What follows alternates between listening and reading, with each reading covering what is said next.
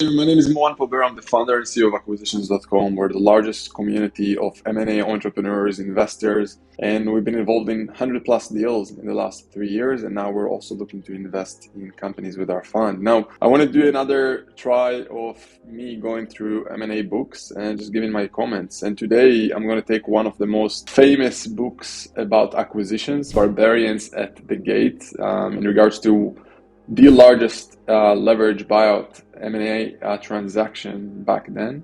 And yeah, I'm going to listen to it once again. There's actually a new version to the audiobook. I listened to the first one. I'm going to listen to the second one right now. I'm going to give you my comments as someone who's doing M&A every day, ongoing. I'm going to give you and share with you my thought process around that. So hopefully you're going to enjoy it. By the way, if you're going to like, subscribe, and comment below, we're going to do giveaways of Amazon gift cards. So do that and let me know if you enjoyed it or if you have other books. I'm going to listen on double speed, so if it's too fast for you, just go and make the video slower. Let's go. Harper Business and Harper Audio present Barbarians at the Gate, The Fall of RJR Nabisco by Brian Burrow and John Hellier, read by Eric Jason Martin. And yeah, that's my kind of like my morning ritual, drinking coffee, listening to an audiobook. So I thought, why not just do it with you guys? The officer of every corporation should feel in his heart, in his very soul, that he is responsible not merely to make dividends for the stockholders of his company, but to enhance the general prosperity and the moral sentiment of the United States. Adolphus Green, founder, Nabisco. Some genius invented the Oreo. We're just living off the inheritance. F. Ross Johnson, president. I might write some notes on the side as well, so you'll see exactly how I read those books. RJR Nabisco. This business, on a legitimate basis, is a fraud. Not that it's a fraud. You need money to be in this business, but not a lot. You need more money to open a shoe shine shop than you do to buy a $2 billion company, let's be honest about it. But to buy a shoe shine store, if it costs $3,000, you need $3,000. If you don't got it in cash, you need to bring it by Thursday. But if it's an LBO, not only do you not have to bring it, you don't have to see it. You don't know where you're going to get it. Nobody knows where they got it from. The whole situation comes from absolutely nothing. But the more you need, of course, the less money you need. In other words, if there's money involved, you don't get involved in this business. This is a business for people who don't have money, but who know somebody who has money, but who doesn't put it up either. Jackie Mason. What the hell is an LBO? Introduction. This book arose from the author's coverage in the Wall Street Journal of the fight to control our... First comment, right? LBO, you don't need to bring anything. What he means by that? Well, that's what we're doing with acquisitions. We're going out there, we're buying businesses with other people's money, right? So we're using banks, financial institutions, investors, and we use their money to buy the businesses that we want to buy. And they say the bigger the business, the less you need to do, because obviously it's more robust, there's more people involved, more operations, better operations, and you as the entrepreneur, as the buyer, sometimes need to do nothing. You just need to bring the money, and it's not even yours. RJR Nabisco in October and November 1988. Our goal in pursuing the story behind those public events has been to meet the standard of accuracy and general excellence that the journal sets for journalists everywhere. 95% of the material in these pages was taken from more than 100 interviews conducted between January and October 1989 in New York, Atlanta, Washington, Winston-Salem, Connecticut, and Florida. In large part due to contacts we made while working at the journal, we were able to interview at length every major figure involved in the story, as well as scores of minor ones. No more than a handful of people mentioned in this book declined to grant interviews. Among the first we spoke with were the long-shot suitors, Jim Marr of First Boston and Ted Forstman of Forstman Little & Company, who made himself available in his New York office as well as on his private jet. At Kohlberg Kravis, Henry Kravis, George Roberts, and Paul Rather were interviewed together and separately for more than 20 hours. Much of the interviewing was done in RJR Nabisco's former New York offices, where Kohlberg Kravis briefly relocated after a fire. Kravis himself sat for a half-dozen tape-recorded sessions, all but one in Johnson's former anteroom. The last to consent to be interviewed was Ross Johnson. He was understandably gun-shy. He had taken a beating in the press and wasn't eager for further pummeling. Eventually, he spent 36 hours in one-to-one talks with the authors. Several all-day sessions were held in his Atlanta office, where Johnson smoked cigarillos and wore sports jackets with no tie. A marathon evening session was held in his New York apartment, where Johnson donned a pair of gray RJR Nabisco sweatpants and shared pepperoni pizza and beer with the authors. Due to the cooperation of the participants, we have managed to reconstruct dialogue extensively. By necessity, this involves calling on sometimes selective memories. It is important to remember that, as Canaletta wrote in his definitive Greed and Glory on Wall Street, no reporter can with 100% accuracy recreate events that occurred some time before. Memories play tricks on participants, the more so when the outcome has become clear. A reporter tries to guard against inaccuracies by checking with a variety of sources, but it is useful for a reader and an author to be humbled by this journalistic limitation. We couldn't agree more. However, it should be noted that in reconstructing critical meetings, we often were able to interview every person in the room at the time. In many cases, that amounted to as many as 8 or 9 people. Where their memories have differed significantly, it is noted in the text or a footnote. Where a thought or impression is conveyed in italics, it was supplied by the person in question. A word about significance. Those looking in these pages for a definitive judgment on the impact of leveraged buyouts on the American economy will no doubt be disappointed. It is the author's contention that some companies are well suited for the rigors of an LBO, while others are not. As for RJR Nabisco, it is important to remember that an LBO is a creature of time. In most cases, its success or failure can't be determined for 3, 4, 5, even 7 years. The events in this book constitute the birth of an LBO. At this writing, the reborn RJR Nabisco is barely a year old. Success can be determined within 3 to 5 to 7 years sometimes, because that's usually the term of the loan, right? And only after you pay the loan, you can be certain that, okay, now I'm more in control, I have less debt on the business and I'm more comfortable. By the way, this is a great habit, guys. If you're not doing something like that, like listening to books every day, I'd be happy if you like that. I might even do that on a daily basis because I listened and I read so many books. So I might do it on a daily basis, just listening to books and give you my comments if you enjoy that. Then we can make some kind of a book club when it comes to acquisitions. And I really enjoy it, just drinking my coffee, looking at the ocean. I wish you would see that. It's pretty awesome. And yeah, I'd love to build a group. We could even do it on Zoom calls if you guys want. Just let me know. The baby looks healthy, but it's too soon to predict its ultimate fate. We would like to thank Norman Pearlstein, the Wall Street Journal's managing editor, who gave his blessings for a leave to do this book. We are immensely grateful to our editor, Richard Cott of Harper & Row, for his keen eye and unflagging encouragement in helping us negotiate our first journey into publishing, his assistant, Scott Terranella, Lorraine Shanley, who brought our project to Harper & Row's attention, our agent, Andrew Wiley, who isn't nearly as nasty as people think, his colleague, Deborah Carl, for plenty of on-call prologue. For hours, the two men sat on the back porch, talking. It was as peaceful an afternoon as the younger man, a lawyer just down from New York, had ever seen. On the horizon, the sun was a sinking red ball. Below, delicate snowy egrets poked through the reeds of the intracoastal waterway. It seemed a shame, Steve Goldstone thought, as a warm Florida breeze tousled his thinning brown hair, to introduce black clouds into such a postcard landscape. He took no pleasure in the dire predictions he was about to spin, but it was his job to play devil's advocate. No one else seemed willing to do it. Someone has to tell him. They sat for a few moments in silence. Goldstone took another sip from his gin and tonic and glanced at the older man sitting in the patio chair beside him. Sometimes he wished he knew Ross Johnson better. They had met barely 3 months before. Johnson seemed so open, so trusting, so, how to describe it? Yes, naive. Did he realize the forces he was on the verge of unleashing? Johnson was clad casually in slacks and a light blue golf shirt adorned with RJR Nabisco's corporate logo. His silvery hair was worn unstylishly long. A gold bracelet dangled from his left wrist. Goldstone knew Johnson was pondering a move that would change his life, maybe all their lives, forever. Why are you doing this? Goldstone had asked. You're chief executive officer of one of America's great companies. You don't need any more money. Yet you're about to start a transaction in which you could lose it all. Don't you realize all the pain and suffering you'll cause? So far, his arguments hadn't swayed his client. Goldstone knew he had to press harder. You could lose everything, he repeated. The planes, the Manhattan apartment, the Palm Beach compound, the villa in Castle Pines. The lawyer paused to let it sink in. Don't you understand? You could lose everything. That doesn't change the merits of the transaction, Johnson answered simply.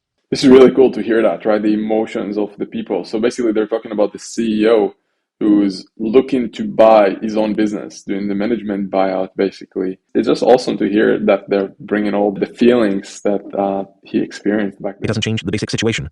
I really have no choice, he said. Goldstone bore in once more. The minute you do this, he argued, you'll lose control of your company. Once you start this process, you are no longer CEO. You turn over the reins to the board of directors. I know you think these directors are your friends, he said. Johnson nodded at that. After all, hadn't he chauffeured them around the world in his corporate jets? Hadn't he given them lush consulting contracts? As soon as you start this, Goldstone went on, they're not your friends anymore. They can't be. Don't expect favors from them. They won't come. They'll be under the control of Wall Street advisors, people you don't even know. They'll be sued by 30 different people for millions of dollars. The pressure will be intense, the lawyer insisted, and they will resent you for it. Goldstone stopped then and looked out at the vivid streaks of blue and red searing the western sky. No matter how dark he painted the picture, Johnson seemed unmoved. He wasn't sure how much of this was penetrating. In 5 nights, he knew, they would all find out.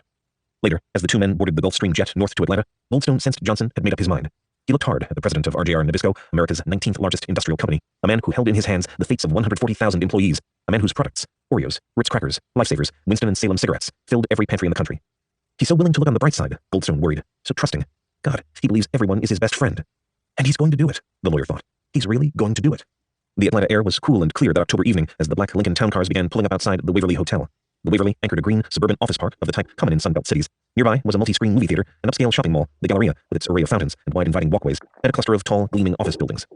Stepping from the limousines were the directors of RJR Nabisco, whose headquarters took up 11 floors in a glass tower several hundred yards away.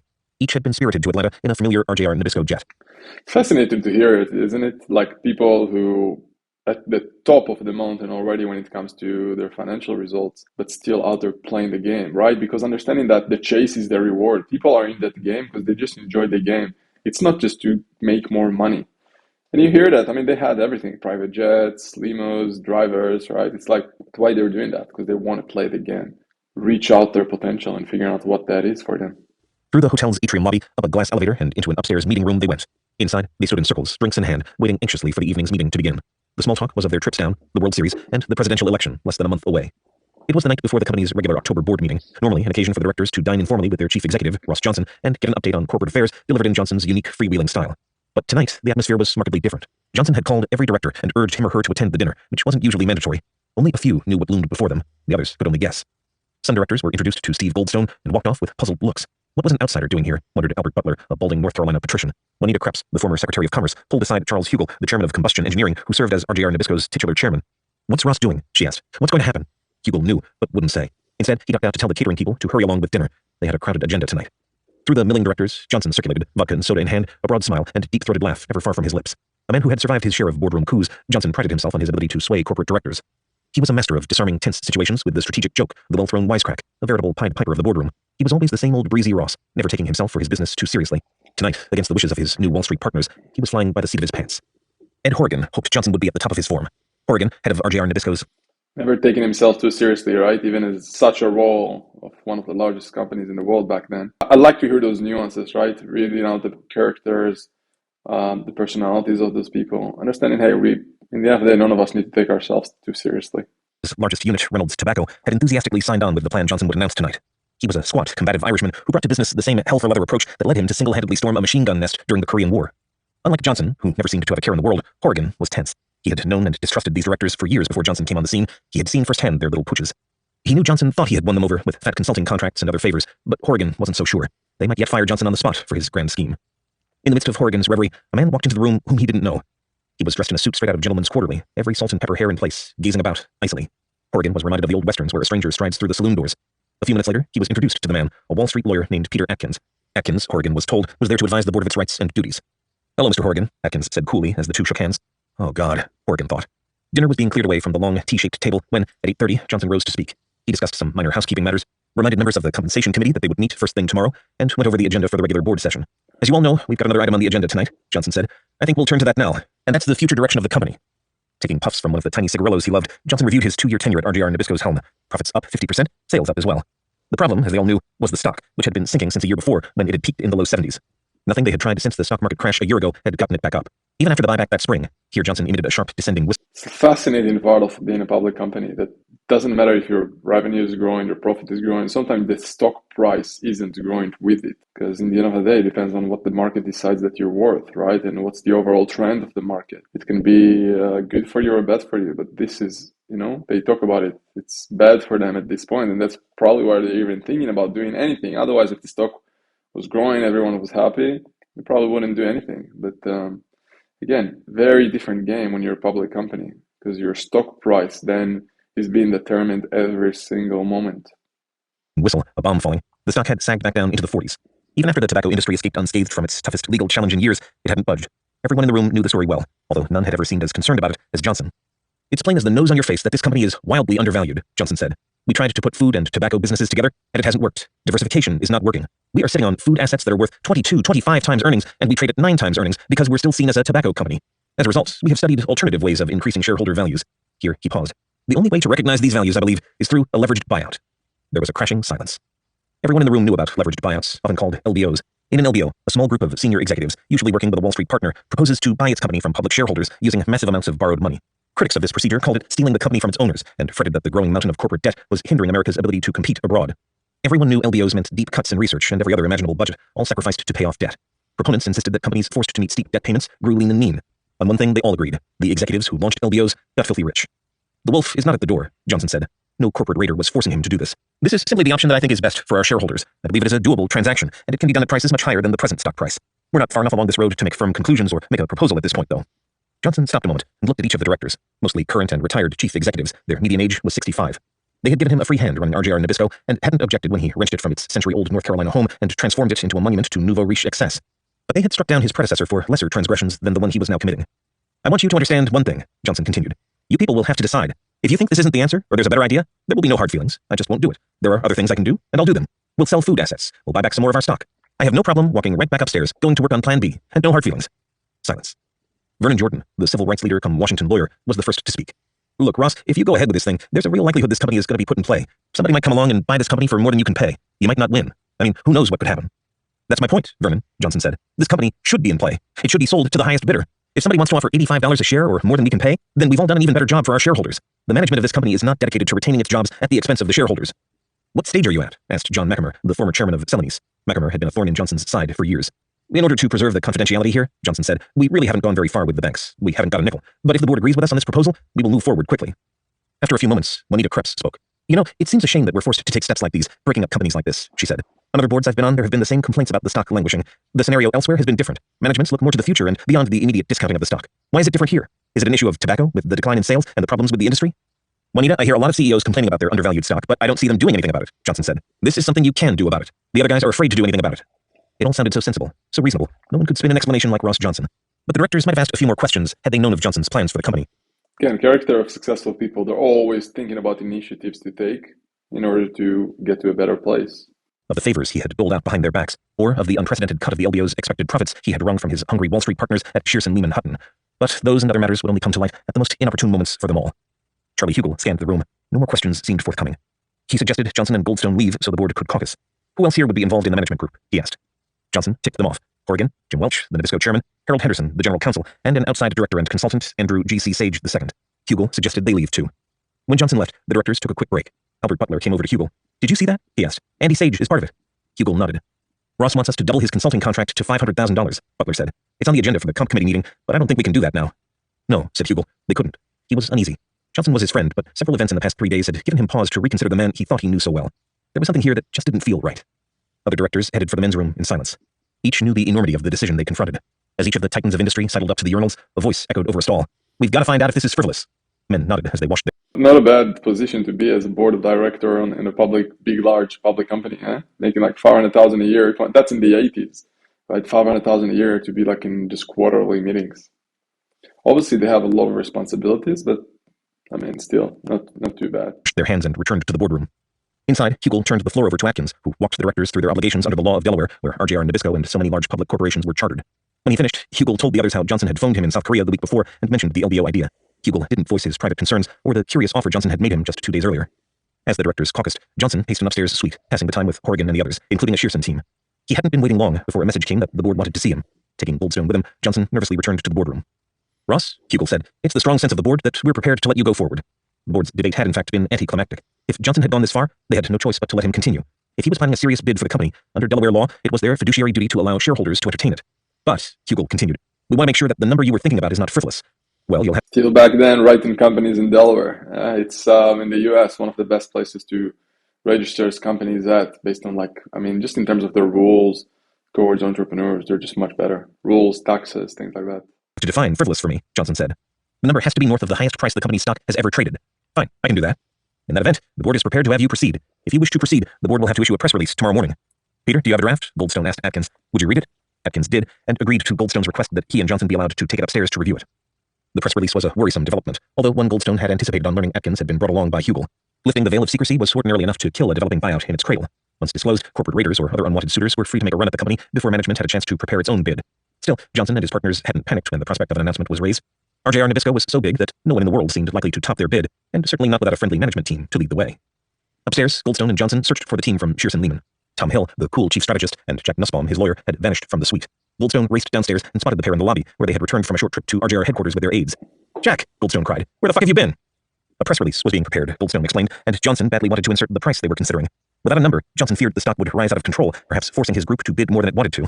They returned to the suite, where Hill repeated his earlier suggestion, $72 a share in cash and $3 a share in preferred stock. Johnson shook his head. None of that, he said. Fellas, it's gotta be 75 cash. You can't put paper on the table, it looks low class. Johnson didn't need to do the arithmetic to get nervous. $17 billion. The largest corporate takeover in history, 3 times greater than the largest LBO ever attempted. They hadn't seriously considered bidding much higher. With no competition in sight, there seemed no need. Johnson, as usual, won the argument. As the clock was about to strike midnight, Goldstone was sent down to the boardroom with the revised press release. Suddenly, after all the weeks of planning, after all the behind-the-scenes negotiations, it was all real. They were actually going to do it. Holy shit, Johnson told the group milling about the suite. Now we've got to find $17 billion. Again, Johnson thought of the press release. They had so hoped this could remain their little secret with the board. A public announcement would mean publicity, lots of it, and the specter of competing bids, and all the very next morning. Johnson thought he had braced himself for this, but now the full impact hit him. Things, he warned an aide in a post-midnight phone call, are moving faster than we thought. Chapter 1. All right, I'll end it here. I'll try to keep it as like 20 minutes sessions, double speed. It means that you're reading 40 minutes a day. It's pretty cool. Plus you're getting some comments from me. So hopefully you enjoy that. Let me know in the comments below if you do. If you're still here in the video right now, it means that you do somehow enjoy that. I'd love to hear if there is demand for that. Let me know in the comments below. Let me know if you like this book or want me to go through some others. And remember, if you subscribe, like, and comment below, you get a chance to win gift cards for Amazon. So hope you enjoyed it and got some value, and I'll see you soon. Have a good one.